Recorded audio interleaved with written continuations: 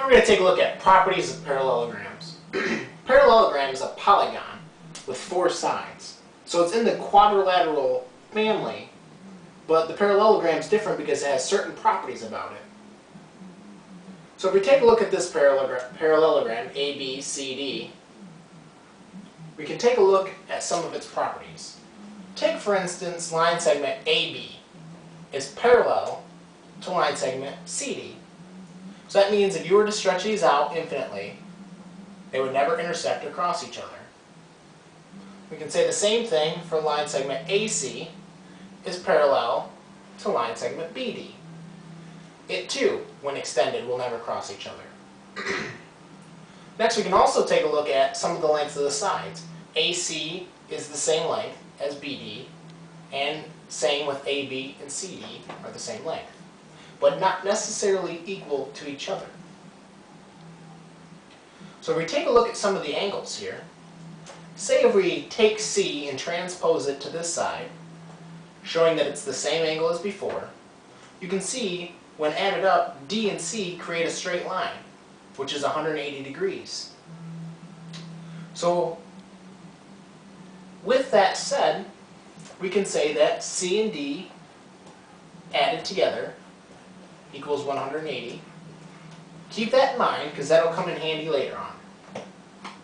Also, what we can see from here, knowing that these lines are parallel and this is a transverse that goes through it, this angle here in C are alternate interior angles, which have to be congruent, knowing what we've learned before in geometry.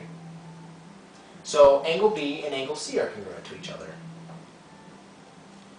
Likewise, angle A is congruent to angle D.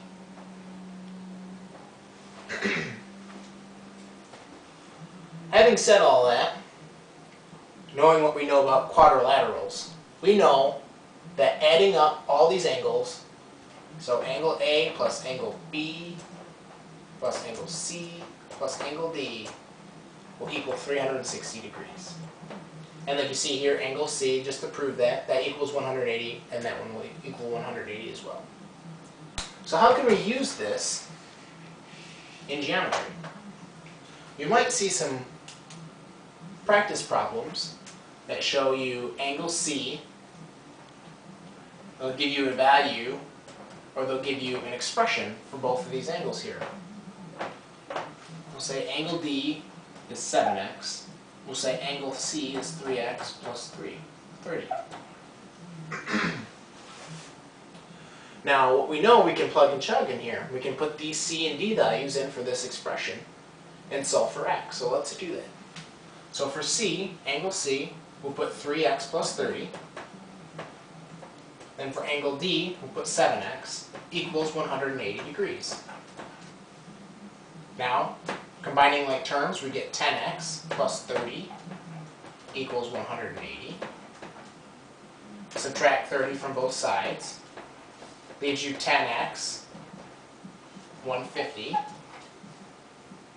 And then dividing both by 10, you'll get x equals 15. Now that's not a value for any of the angles here.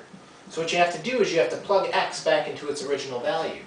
So let's go back up here. We'll do angle D first. Angle D, plug x directly in for x up here. It's the same x. So 7 times 15 is 105. So that is the angle at D, which makes sense because it's larger than 90 degrees, so 105 makes sense. Always check yourself on that. And we also know D and A, by properties of a parallelogram, are equal to each other, so A is also 105 degrees. So we can also do that. Angle A equals angle D equals 105. We also could just plug x right back in up here to the top for C. But we can go back to this as well. So you have 2 different ways you could go and find the last angle. Well, let's go back to this idea. We'll plug in angle D and angle D here. So we'll have angle C plus angle D was 105 degrees equals the 180 that they should equal up to, that straight line. Subtract the 105 from both sides. Gives you 75 degrees. and that is your angle at C. Remember also that equals B because of properties of a parallelogram. So that's properties of a parallelogram and how they may be used.